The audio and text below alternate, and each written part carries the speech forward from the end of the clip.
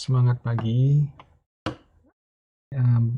Video ini adalah bagian keempat dari 5 rangkaian video tentang Introduction to Ethical Hacking and Validation Testing.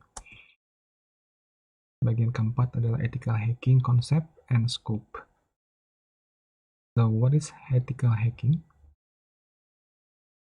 Ethical hacking adalah sebuah aksi tentunya, tindakan yang meliputi atau melibatkan penggunaan tools, tricks, dan teknik untuk mengidentifikasi vulnerability atau kelemahan. Tujuannya adalah untuk menjamin atau men-ensure sistem security. Nah, fokusnya adalah pada mensimulasikan teknik-teknik yang digunakan oleh attacker. Jadi, teknik-teknik yang digunakan oleh attacker dicobakan untuk memverifikasi keberadaan dari kelemahan-kelemahan yang bisa dieksploitasi atau vulnerabilities yang bisa dieksploitasi. Nah, itu fokusnya. Kemudian ethical hackers itu melakukan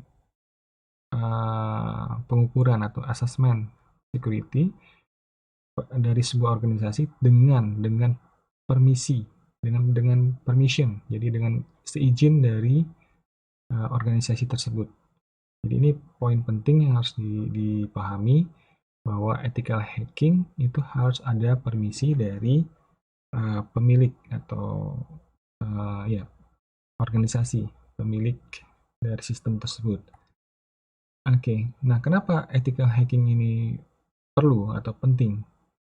Ya, penting karena dengan demikian bisa mengetahui atau bisa membuat counter attacks. Jadi mengetahui serangan-serangan apa saja yang bisa terjadi terhadap sistem yang dimiliki oleh sebuah organisasi, kemudian bisa membuat counter attacks-nya, melindunginya. Jadi bisa melakukan counter attacks terhadap serangan malicious hackers, black hat hackers, dengan mengantisipasi metode-metode yang bisa digunakan untuk masuk ke sistem. Kemudian penting juga untuk mencegah hackers untuk dari mendapatkan akses ke dalam informasi sistem, jadi mencegah akses hacker ya. Kemudian untuk menemukan uncover vulnerabilities dalam sistem, menemukan kelemahan-kelemahan dalam sistem, dan mengeksplorasi ke potensi risiko.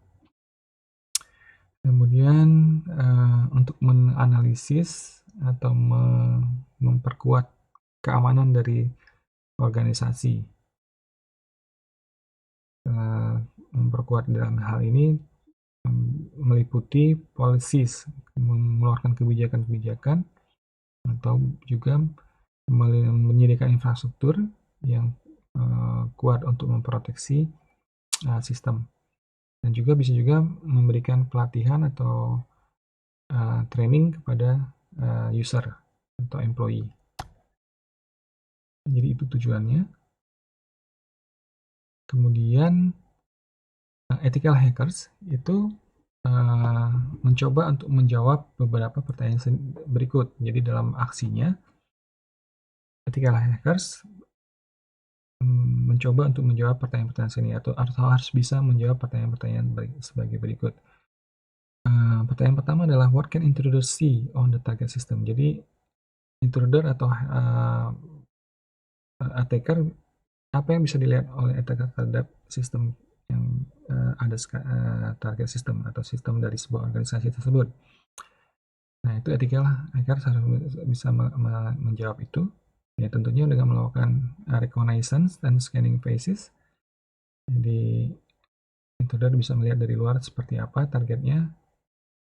Kemudian informasi apa saja yang dapat diperoleh oleh intruder. Ini tahapan gaining access dan maintaining access phases. Jadi setelah masuk dia dapatkan informasi apa saja. Tentunya informasi yang private yang tidak dipublish keluar. Kemudian does anyone at the target notice the intruder's attempts or success. Jadi apakah intruder itu terdeteksi oleh sistem atau oleh sistem di organisasi tersebut. Kemudian, nah ini tahapan reconnaissance and covering traces. Kemudian, if all the components of information system are adequately protected, updated, and patched. Jadi apakah komponen-komponen sistem operasinya sudah terupdate, terproteksi dengan baik. Kemudian, how much effort, time, and money is required to obtain adequate protection. Nah, berapa banyak usaha, uang, dan dana yang dibutuhkan. Kemudian, are the information security measures in compliance to industry and legal standard, apakah sesuai dengan standar. Jadi penyediaan sistem informasi yang keamanan sistem informasi tersebut apakah sudah compliant atau sesuai dengan standar-standar yang ada seperti standar ISO dan standar IEEE dan standar lain-lainnya. Nah, kemudian skills dari ethical hacker. Seorang ethical hacker harus memiliki technical skills dan non-technical skills. Technical skills tentunya dia memiliki kemampuan atau pengetahuan yang dalam terkait dengan major operating system. Jadi, memahami Windows, Linux, Unix, dan Macintosh itu diperlukan. Kemudian memiliki pengetahuan tentang konsep jaringan, teknologi, dan hardware dan software yang terkait dengan networking. Kemudian dia juga merupakan expert dalam komputer. Kemudian memiliki pengetahuan dalam area keamanan, security, dan isu-isu terkait. Kemudian memiliki pengetahuan yang tinggi atau yang dalam untuk menjalankan attacks yang sophisticated, yang canggih, yang tidak hanya menggunakan tools seperti script kiddies jalan, tapi ada tahapan-tahapan yang kompleks. Kemudian selain technical skills, seorang ethical hacker harus juga memiliki kemampuan non-technical skills. Nah, ini sangat penting untuk seorang ethical hacker, etik ini ya. Pertama, dia harus punya strong work ethics. Jadi, work ethics-nya harus kuat, tinggi. Kemudian mampu untuk belajar dan menyesuaikan diri terhadap teknologi yang baru, dan itu mampu menyesuaikan diri secara cepat. Kemudian commit terhadap policy security, kebijakan-kebijakan security. Kemudian harus aware terhadap standar dan aturan-aturan yang berlaku. Nah, ini harus dimiliki oleh seorang ethical hacker.